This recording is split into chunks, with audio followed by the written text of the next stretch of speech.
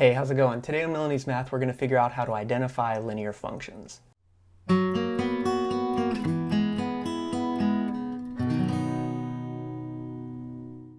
So how can we tell if something is a linear function? Well, there's a couple simple ways to tell. Let's jump right into it. Let's look at number one, and this is sort of a background, and it's asking, is this graph a function? So let's think back to what we know about functions, and we remember that there was a thing called the vertical line test, and that is if you drew a vertical line on the graph in any place and it only intersects your line in one place, then it is a function. In other words, it passes the vertical line test.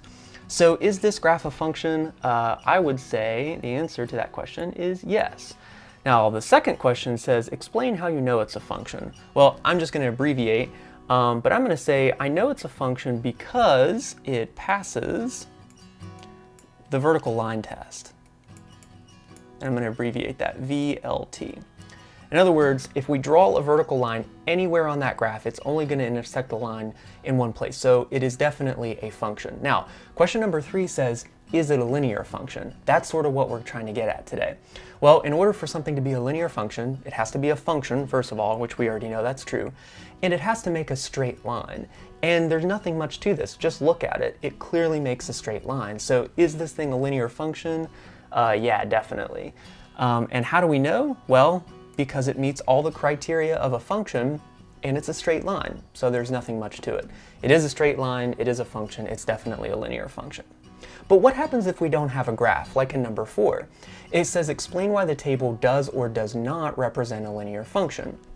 Well, we could get out graph paper and plot these as ordered pairs. Like we could go over 60 up 1 and make a dot, over 50 up 2 and make a dot. And we could connect all the dots and see if they make a straight line. We could evaluate it the same way. But let's say we don't have time for that, or we don't want to, we just want to use a shortcut. There's a super big shortcut when we are just looking at a table. We can tell if something's a linear function, and that is look for a pattern of addition or subtraction in the x numbers and in the y numbers. Let me show you what I mean. Let's look at the table, for instance. So it goes, just look at the x column for right now. It goes from 60 down to 50, down to 40, down to 30, down to 20, and down to 10. Is there a pattern in those numbers? Yeah, absolutely. Each one of them is decreasing by 10. So the pattern here is subtract 10. In other words, it decreases, each of the x values decrease by 10. That's a pattern of addition or subtraction. That's the sort of thing we're looking for. Now, it doesn't have to be the same pattern in the y's. In other words, the y's don't have to subtract by 10, but it just has to be some sort of a pattern of addition or subtraction. So we're going from 1 to 2, to 3, to 4, to 5, to 6. Is there a pattern there? Yes, definitely. It's a pattern of +1. So there is a pattern of addition or subtraction both in the x's and in the y's. Remember, they don't have to be the same. And for that reason, we can say that this is a linear function. This is your shortcut when you're just looking at a table. It says explain why it does or does not represent a linear function. Yes, it is a linear function. Because there is a pattern of addition or subtraction. I'm just going to put plus or minus in the x's and the y's. And this looks like a 4-year-old wrote this. Okay, so there is a pattern of addition or subtraction in the x's and the y's. Now, patterns of multiplication, division, anything else don't count. You're just looking for a pattern of addition or subtraction. Okay, so now we're hopping down to number 5, and it says explain why these ordered pairs do or do not represent a linear function. So this is kind of like the same question as number 4, except we don't have a table. And so if you look at what's there though, it's just ordered pairs. It's the same thing that are in these tables, in the table above, like 10, 6 is an ordered pair. That's 10, 6. So it's the same exact question, it's just we don't have a table. So I'm just going to make my own table. And I'm just going to make a table right here, and we'll put our x numbers and our y numbers. You can always do this as a backup option if they give you like ordered pairs. So that's what I always do. All right, so let's see. It's 1, 2, and then 2, 4, and then 3, 8.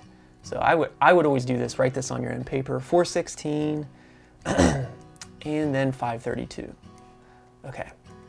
Now, I'm just going to do the same thing. I'm going to look for a pattern of addition or subtraction.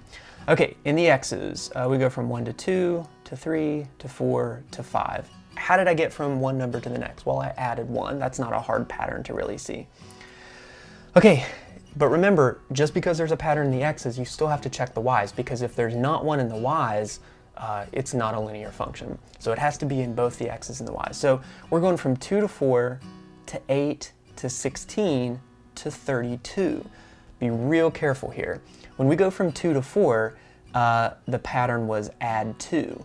But then on the next level, it added 4, and then it added 8, and then it added 16. Here's the problem. That's not a pattern of addition or subtraction. Now, some people are saying, you're adding each time. Yeah, but it's not the same number. You have to be adding or subtracting the same number. Like how in the x's, you're adding 1 every time, you would have to add or subtract the same number. Now, some people, so to cut to the answer, this is not a linear function because it does not have a constant pattern of addition or subtraction. You're not adding the same thing every time. Now, somebody always tries to point out there is a pattern in the y numbers that they're doubling. In other words, you're doubling from 2 to 4 and then you double that. Well, doubling is a multiply by 2. Is really the pattern you're talking about. And remember, multiplication patterns don't count here. It has to be a constant pattern of addition or subtraction, the same number. So, what's our answer to this question? Does it represent a linear function, yes or no? No, and the reason is because I don't have room to write it out. The reason is because there is not a consistent pattern of addition or subtraction in the x's and the y's. You could even be more specific and say the y's don't have a pattern of addition or subtraction. Okay, so let's wrap this up with number 6, and the question says, does the equation y equals x minus 4 make a linear function? So it's the exact same question that the rest of these have been asking. Problem is here we don't have ordered pairs, we don't have a table. It does have a graph, but we don't know what to put on it. So assuming you don't know how to graph that by just looking at it, you can always go to the tried and true method of making your own XY table. That always works here. So that's what we're gonna do. If they give us an equation, but that's it, I would just plug in my own numbers and make an XY table. So here's my little XY input-output table. And I'm just going to pick a couple numbers. I can pick whatever I want. Since there's that graph right there, we're going to drop this on the graph here in a second and make sure it's a straight line.